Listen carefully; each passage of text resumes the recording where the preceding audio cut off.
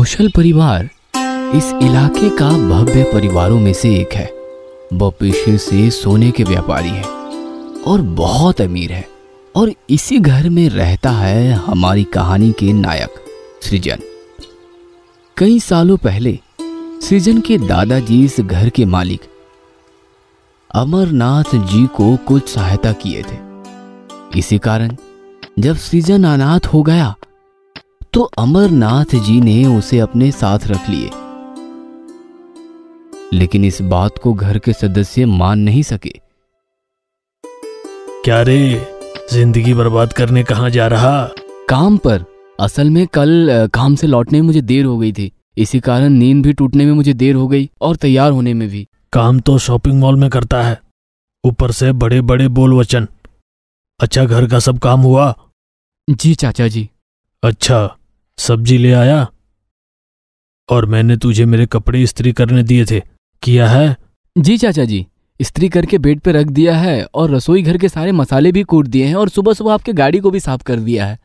किस बात की इतनी जांच हो रही है?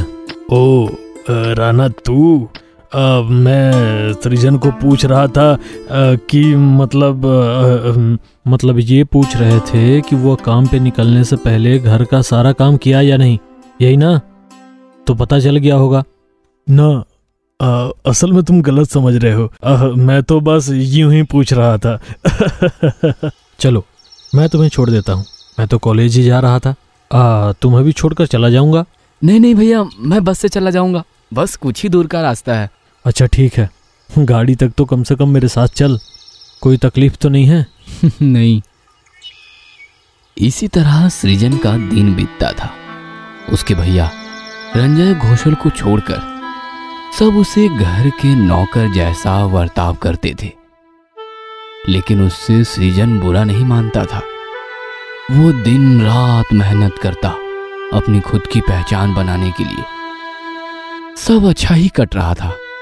लेकिन एक दिन एक मुसीबत आन पड़ी। मैं आऊं भैया? अरे वहां क्यों खड़ा है, अंदर आ। तुम्हारा कॉलेज कैसा चल रहा है? अच्छा ही, लेकिन ये ऑनलाइन थोड़ा सा नया है, इसलिए बीच बीच में पढ़ाने में थोड़ी तकलीफ होती है। ऊपर से ये बच्चे भी काफी शैतान हो गए हैं। चलो फिर भी तुम्हारे पास नौकरी तो है। मतलब कहना क्या चाहते हो? सब खत्म हो गया भैया, मेरी नौकरी और नहीं रही।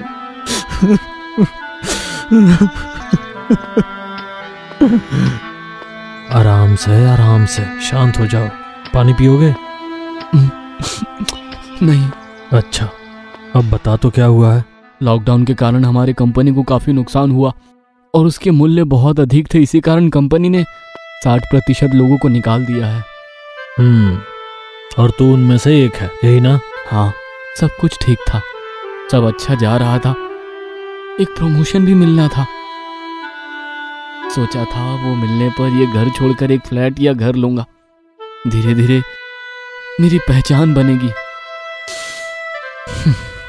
कहाँ कुछ हुआ। तेरी मैं मदद कर पाऊंगा ऐसा तो मुमकिन नहीं लग रहा। फिर भी मैं अपने दोस्तों को कहूंगा और मैं भी अपने कॉलेज में कोशिश करूंगा, अगर कुछ हो पाए तो।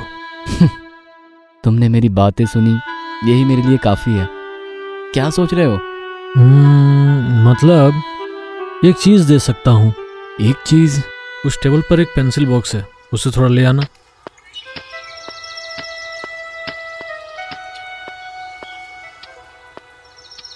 ये रख। ये क्या है भैया? एक समय की बात है जब मुझे पहाड़ों में चढ़ना पसंद था, और तुझे तो पता है कि पहाड़ चढ़ते वक्त मैं अपने पैर खो बैठा। जो भी हो, अच्छा वो सब छोड़। असल में ये अंगूठी मुझे वहीं से मिली है। समझा नहीं। एक बार पहाड़ चढ़ते वक्त एक तिब्बती के साथ मेरी काफ़ी अच्छी दोस्ती हुई थी, तो वो मुझे ये अंगूठी देकर बोले कि सुबह नहाने के पश्चात शुद्ध होकर ये अंगूठी पहनकर जो भी काम शुरू करें, पूरे दिन तुम वही करोगे। क्या कह रहे हो? ये सब सच है? पता नहीं भाई, मैंने कभी किया नहीं, मुझे कभी मौका ही नहीं मिला। लेकिन आज तेरी हालत देखकर लगा कि तुझे दूं। कुछ हो या ना हो, साहस तो मिलेगा। पंछी अगर नदी में डूब रहा हो ना, तो एक तिनके के सहारे भी वो बचने की कोशिश करता है। आप ज्यादा सोचिए मत। आपने मुझे ये दिया, मेरे लिए यही काफी है। जा, अभी जाकर सो जा। सिर्फ मैं नहीं, तुम भी सो जाओ। अब पढ़ाई नहीं, काफी रात हो चुकी है ना, अब शांति से सो जाइए। देखते हैं ये अंगूठी मेरी किस्मत पलट पाती है या नहीं। फिर से सब नए सिरे से शुरू करना होगा। चलो नहा लेता हूं, फिर घर का काम भी तो करना होगा। हेलो, कौन? मैं बोल रही हूँ सृजन, राय चाची। हाँ बोली चाची जी। सुन ना बेटा, हमारे घर में जो 2 लोग काम करते थे वो लॉकडाउन के समय गांव गए थे, अभी तक नहीं लौटे। शायद लौट नहीं पा रहे हैं, लेकिन यहाँ हम पे मुसीबत आन पड़ी है। कौन सी मुसीबत चाची जी? हमारे घर में थोड़ा भी अनाज नहीं है। तेरे चाचा को बाजार भेजने में चिंता हो रही है, मतलब उनकी उम्र भी हो गई है ना, और सुनने में आया है ये वायरस बुजुर्गों में जल्दी संक्रमित हो रहा है। अब मैं क्या करूं, कुछ समझ नहीं आता। आप चिंता क्यों कर रही हैं? आप पयाब बनाकर रखिए, मैं सामान लेकर आता हूँ।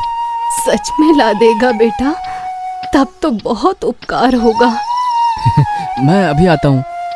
भैया की बात अगर सच हुई तो हो सकता है आज समाज सेवा करके ही दिन गुजरेगा।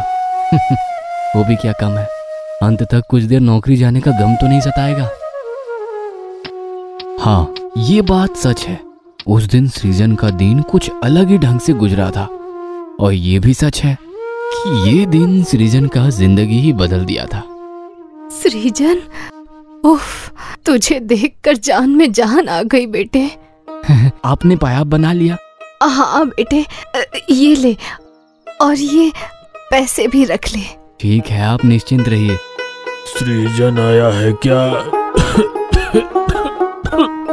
हाँ, उसे पैसे भी दिया। अच्छा, धीरे धीरे तो सारे शॉपिंग मॉल खुल रहे हैं, सृजन का नहीं खुला। बच्चे की तो अब नौकरी भी नहीं रही। ये क्या? उसने तो कुछ नहीं कहा। वो क्या कुछ कहने वाला लड़का है? मुझे तो तुम्हारे बेटे ने फोन करके कहा।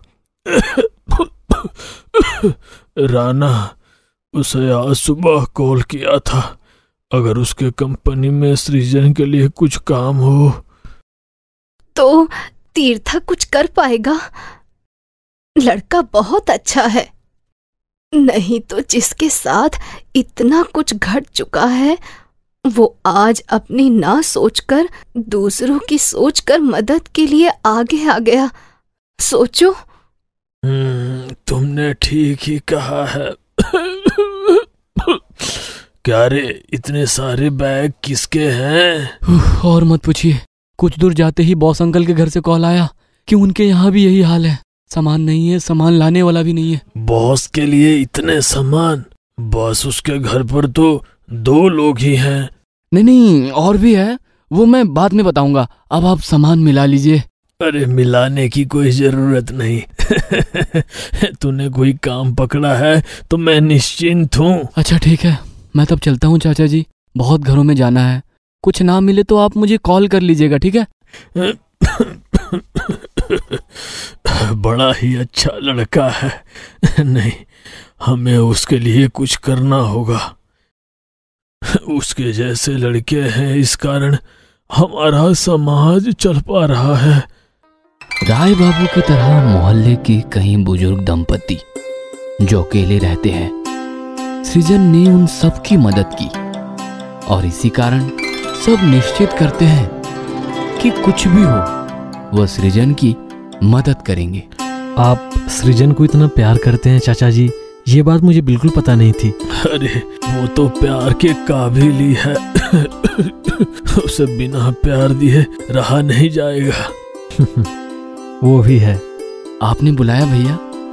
अरे राय चाचा जी, सब ठीक है तो? तुम्हारे रहते खराब हो भी कैसे सकता है। आओ आओ, अंदर आओ। आओ भाई, अंदर आओ। तुमने उस दिन कितने हमारी तरह असहाय लोगों की सहायता की थी, वो मैं व्यक्त नहीं कर सकता बेटा। हमारे बच्चे काम की वजह से बाहर रहते हैं, उन्हें भी हमारे लिए कम चिंता नहीं होती। वो सब तुम्हारी बात सुनकर बहुत ही खुश हुए। इस राय चाचा जी, आप भी ना, मैंने ऐसा किया ही क्या है। मेरा भाई बड़ा ही शर्मिला किस्म का है चाचा जी, और इस घर में उसके लिए सोचने वाले लोग भी कम हैं, तो ये सारी बातें सोचकर बेचारा डर जाता है। वो भी है, तो मैं काम की बात ही बता देता हूँ। ये लो, इसे रखो। हमारे बच्चे चाहते हैं कि तुम हमारे लिए हमेशा ऐसे ही रहो। मतलब कि तुम आज से इस मोहल्ले के सभी लोगों के घर पर महीने के सामान पहुंचाओगे। यही होगा तुम्हारा व्यापार। आज से तुम खुद के मालिक होगे। वही हम और कुछ सुनना नहीं चाहते। ये पैसे तुम रखो बेटा। इन पैसों से तुम अपना व्यापार शुरू करना। इसमें सबका प्यार मिला हुआ है मेरे भाई। तुम मना करोगे तो इन लोगों को तकलीफ होगी। मैं आपकी सम्मान रखने की कोशिश करूंगा चाचा जी। जीते रहो बेटा। मैं अब चलता हूँ तब। क्या हुआ? सब आपकी इस अंगूठी के लिए, वरना एक दिन में इतने लोगों पर मुसीबत कभी आती है। ये अंगूठी पहनकर राय चाचा जी का काम शुरू किया, उसके बाद से हर घर से सामान देने का फरमान आने लगा।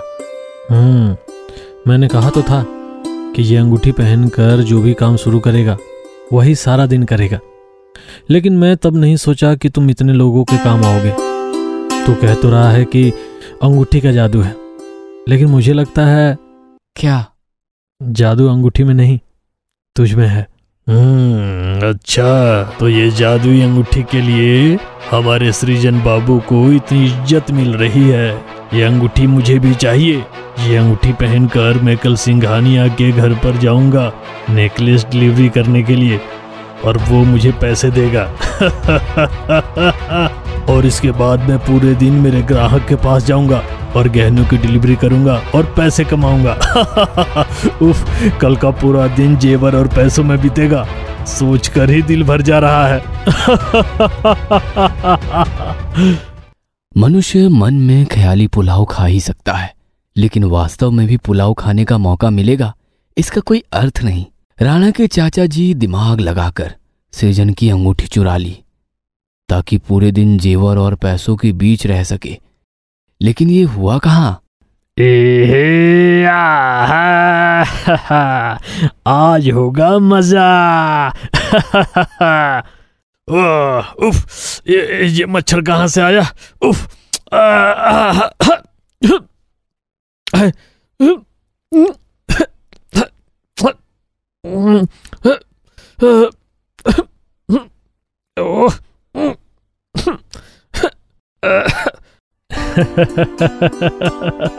देखा तो, जादू तभी काम करता है जब मनुष्य अपना नियत साफ रखे। एकदम सही बात। मनुष्य अगर सही राह पर चले तब जादू भी ठीक तरीके से काम करता है, वरना चाचा जी की तरह पूरे दिन अपने गाल पर थप्पड़ मारकर बिताना होगा।